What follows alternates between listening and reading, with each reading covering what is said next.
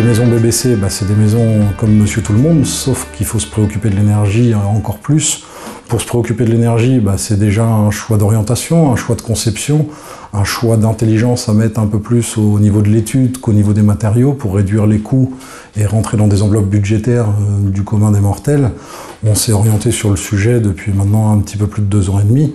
Jusqu'alors, on s'engageait sur une garantie de moyens par rapport à ce qu'on avait étudié, par rapport à la promesse qu'on avait faite. Et aujourd'hui, on est passé à une étape supérieure, puisqu'on rentre dans une logique de garantie de résultat, puisque le BBC est validé par un label qui lui est éventuellement un point de départ ou un conditionnement certes aux aides, mais aussi un point de départ et une valorisation au patrimoine qu'attendent nos clients dans notre acte de commercialisation. Dans le bâtiment, on va afficher les classes énergétiques. Donc si tout le marché est en classe A et que votre maison est en classe F, elle perd un peu de sa valeur de patrimoine. Donc il est intéressant aussi de se mettre dans le sens de l'histoire et d'assurer du patrimoine à nos clients.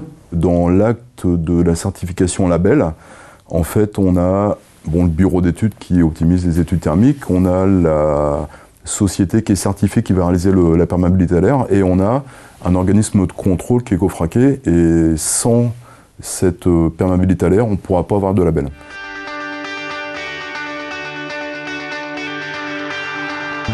Alors, le BBC, c'est vrai que c'était au départ une norme que je ne connaissais pas trop. J'en ai entendu parler parce que c'est vrai que dans les journaux, on voit quand même pas mal d'articles sur le BBC. C'est clair que c'est une norme qui va être obligatoire dans les prochaines années. C'est mon premier investissement locatif et je ne voulais pas investir dans un logement qui soit obsolète d'ici 2-3 ans. Quand on envisagera peut-être de revendre la maison, tout ce qu'on a investi aujourd'hui, on le récupérera plus tard puisque la maison sera encore aux normes de l'époque. Et puis l'autre aspect, c'est au niveau location, où là le coût pour le locataire, le coût de l'énergie, du chauffage, etc. va être inférieur durant toute la durée de la location. Pour un locataire, c'est quand même plus intéressant d'avoir un logement qui lui coûte moins cher qu'un logement traditionnel pour finalement le même loyer.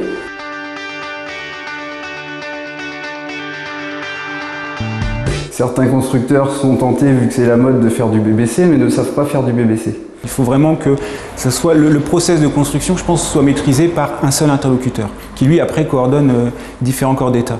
Là, cette maison-là, elle a été soutenue aussi par Lafarge, avec des acteurs aussi de matériaux qui soient quand même reconnus. Les maisons Jambert aujourd'hui commercialisent à peu près 50% de leur gamme sur du BBC.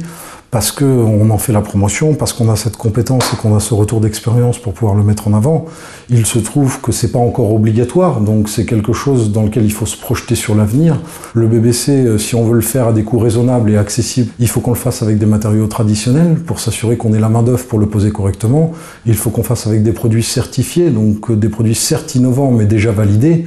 Et c'est dans l'assemblage qu'on apporte cette garantie. Nos conducteurs de travaux ont été formés depuis le point de départ. Ils ont pris cette habitude de contrôle et quand les contrôles sont bien faits de manière récurrente, on n'attend pas la mesure pour savoir si on a bien fait notre travail. Elle est la suite logique d'un mode opératoire qui nous conduit à avoir cette qualité.